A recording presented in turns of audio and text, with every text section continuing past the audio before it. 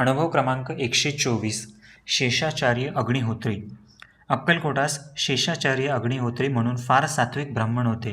ते भिक्षा मागून कुटुंबरक्षण करीत असे. त्यांचे महाराजांच्या ठिकाणी अत्यंत प्रेम होते.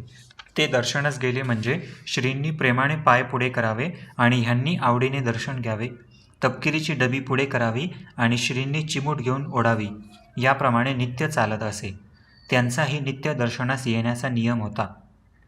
महाराज रागावलेले असले म्हणजे मोठमोठ्यांची पुढे जाण्याची प्रज्ञा नव्हती. पण हे गृहस्थ मात्र बेलाशक पुढे जाऊन दर्शन घेत असत. समर्थांच्या पुढे हमेशा पेढे बर्फीची ताटेच्या ताटे लोक आणून ठेवीत. ते लहान लहान मुलास, यात्रेकरूस, कुत्र्यास, गाडीच्या बैलास सुद्धा पेढे बर्फी खाऊ घालीत. पण अग्निहोत्री बुवास मात्र महाराजांनी कधीही एक पेढासुद्धा दिला नाही. त्यांच्या मनात असे येई की समर्थ सर्वांस प्रसाद देतात आणि मला मात्र कधीही काहीही देत नाही. याला काय म्हणावे? महाराजांचे प्रेम मजवर्त सुखेच आहे असे नित्य त्यांच्या मनात येई. एक दिवस बरीच ताटे मिठाईच्या श्रींपुढे आलेली पाहून महाराज मला प्रसाद द्या म्हणून त्यांनी हात पुढे केला. महाराज काही बोलले नाहीत किंवा एक पेढा देखील त्यांनी दिला नाही. तेव्हा अग्निहोत्री बुवास फार वाईट वाटले. असो, दुसऱ्या दिवसापासून बुवांचे दर्शन बंद झाले. ज्या ज्यावेळी त्यांनी दर्शनास यावे त्या त्यावेळी महाराजांनी तोंडावर पांघरून घेऊन निजावे असे बरेच दिवस गेले. अग्निहोत्री बुवांनी तर पराकाष्ठा केली. 6 घटका प्रहर प्रहर बसावे, 2 3 वेळ जावे, परंतु महाराजांच्या दर्शनाचा प्रत्यक्ष लाभ काही होईना. त्यांनी एखाद्या वेळेस आज दर्शन घेतल्याशिवाय जावायचे नाही असा निश्चय केला तर पांघरुणातून शिव्या द्याव्या असे बरेच दिवस गेले. त्यांच्या मनात असे येई की श्रींचे प्रेम मजवर इतके असून एकाकी असे कसे नाहीसे झाले आहे. याचे कारण काय? आपण अपराध तरी कोणता केला असावा? त्यांच्या काही लक्षात येईना.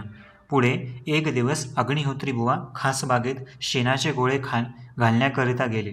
त्या दिवशी समर्थांची स्वारी खासबागेतच होती. बुवा दर्शनास गेले तो नियमाप्रमाणे श्री गुरुदेव निजलेले होते. बुवांनी विचार केला की गोळे घालून येऊ आणि मगच दर्शन घेऊ. असा विचार करून गोळे घालण्यास गेले. शेण जमा करून गोळे घालू लागले तेव्हा त्यांच्या मनात तोच विचार घोळू लागला आणि एकदम मनात आले की दुसरा अपराध मला तरी काही आठवत नाही, पण महाराजांजवळ पेढा मागितला हेच कारण असावे.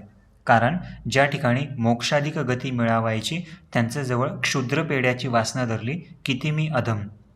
अशा प्रकारचा पश्चाताप होऊन त्याच ठिकाणी त्यांनी श्रींची प्रार्थना केली. महाराज, मी महान पातकी आहे. कृपा करून माझा अव्यय न करता दयासागराने माझ्या अपराधाची क्षमा करावी. मी पुन्हा कधीही आपल्याजवळ पेढे बर्फी मागणार नाही आणि जर मागितली तर हे शेणच खाईन. असे म्हणून त्यांनी आपल्या तोंडात शेण घातले आणि त्यांच्या डोळ्यातून पाणी वाहू लागले. अशी अग्निहोत्री बुवांची स्थिती झाली. मग सर्व गोळे घालून झाल्यावर महाराजांच्या दर्शनात जातेवेळी मनात असे चिंतन केले की हाच जर खरा अपराध असेल तर श्री दयाधन स्वामी मला आज पूर्वीप्रमाणे दर्शन देतील. असे म्हणून ज्या ठिकाणी महाराज होते त्या ठिकाणी ते येत आहेत. तोच महाराज हसू लागले आणि म्हणाले, अहो बुवा, बर्फी पोटभर खाल्लीत ना आणि आणा चिमूट इकडे. असे समर्थ बोलले व श्री समर्थ पोट धरून हसू लागले. हे अग्निहोत्री बुवांनी पाहून त्यांना किती आनंद झाला असेल तो त्यांनाच ठाऊक. त्यांच्या नेत्रातून प्रेमाश्रू वाहू लागले. त्यांनी श्री साष्टांग नमस्कार करून दंडवत घातला आणि हात जोडून ते म्हणाले, महाराज, चांगलेच जोडे मारलेत. असो. पुढे बुवास श्रींच्या कृपेने उत्तम वैराग्य प्राप्त झाले आणि श्रींची भक्ती त्यांनी आपल्या आयुष्याच्या शेवटपर्यंत केली. श्री स्वामी समर्थ.